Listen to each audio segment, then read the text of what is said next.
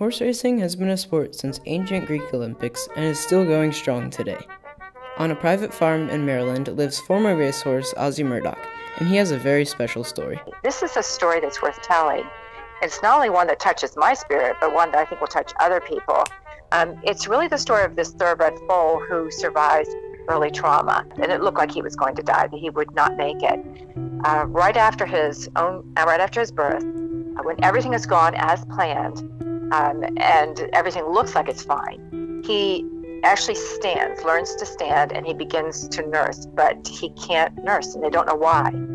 And as Robin Townsend begins to examine, she realizes that this mother has not produced any milk. We let him stay with his mother, so he would be out in the field with his mother, but we would bottle feed him. So about a month after he was born, we had another foal born, and his name was Oscar.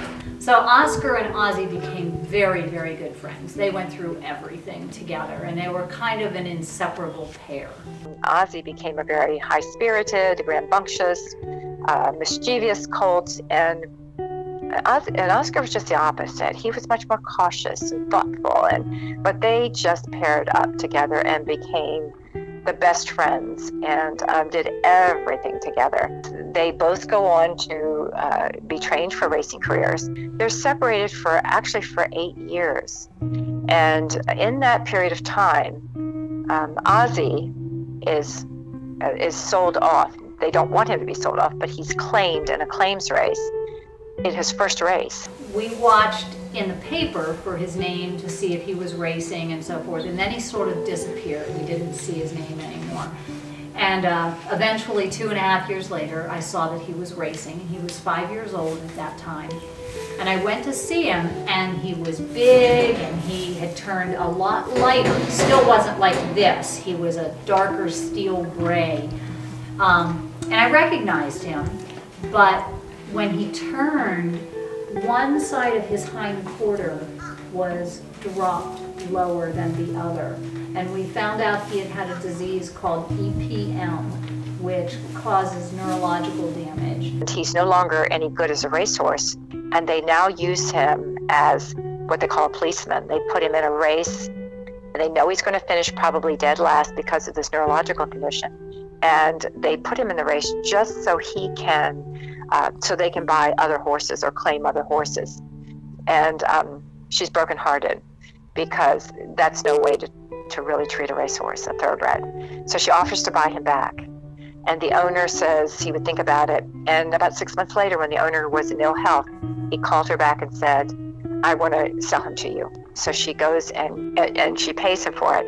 And they bring him home. We reunited them. And they were like they had never, ever been apart. They recognized each other right away. They immediately started doing all the things that they had done together when they were young. Both Oscar and Ozzie were born, and they were black. Ozzie had a lot of white in his coat, and we knew he was going to eventually turn gray or white. And so he didn't look anything like Oscar would have remembered his buddy looking, but they recognized each other as soon as we put them beside each other. Oscar developed a condition. He already had a condition, but it worsened, and he was unable to stand for any period of time, and they knew that he was reaching the end of his life. I wanted to make sure that Ozzie knew what was going on with his buddy.